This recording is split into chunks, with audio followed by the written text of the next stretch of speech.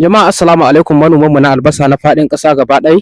A daidai wannan lokaci mun shigo gonakin albasa inda ake noma albasa tare da manoman albasa, wanda muna zagayawa ne mu ga matsalolin da manoma suke fama da su, mu ji abubuwan da suka yi amfani da su. Idan abubuwa ne waɗanda suka dace sai mu ce su ci gaba da amfani da su, idan kuma abubuwa ne waɗanda ba su dace ba sai mu nuna musu cewa su daina amfani da su domin magance waɗannan matsalolin ga ita albasa. Saboda noman albasa kasuwanci ne kuma abu ne wanda ake so a samu riba kowane lokaci, ba wai a yi akasin haka ba.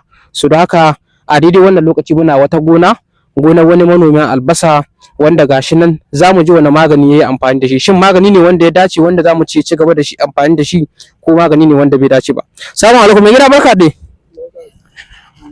An wuni lafiya, sunanka? Sunana Saifullahi Shehu. Okay, sunanka Saifullahi. To ga mu a cikin gonarka ta albasa inda kake noman albasa. To albasa babu laifi gwargwado. Kwana nawa kake yi ka bada ruwa?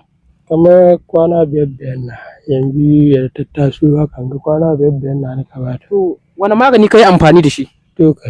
Total ko? To gaskiya dai shawara ka rika ɗaga mata ruwa, sai ƙasa ta bushe sannan za ka bada ruwa.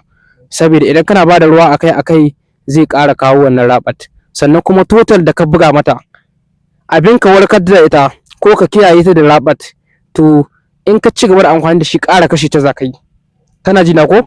Don haka ka hita butun total gaba ɗaya, ka hita butun taki gaba ɗaya, ka rinka ɗan ɗaga mata da ruwa. Albasar ka za ta dawo lahiya lau, kuma za ka samu riba yadda ka ga ta taso hakan ga, haka za ta sauke maka gabu, ka samu amfani mai yawa, ka samu amfani mai albarka insha Allah.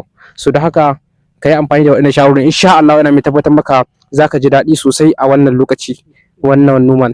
Masha Allah, muna godiya sosai. Ya bai da matsala ce hanya. To yayi masha Allah.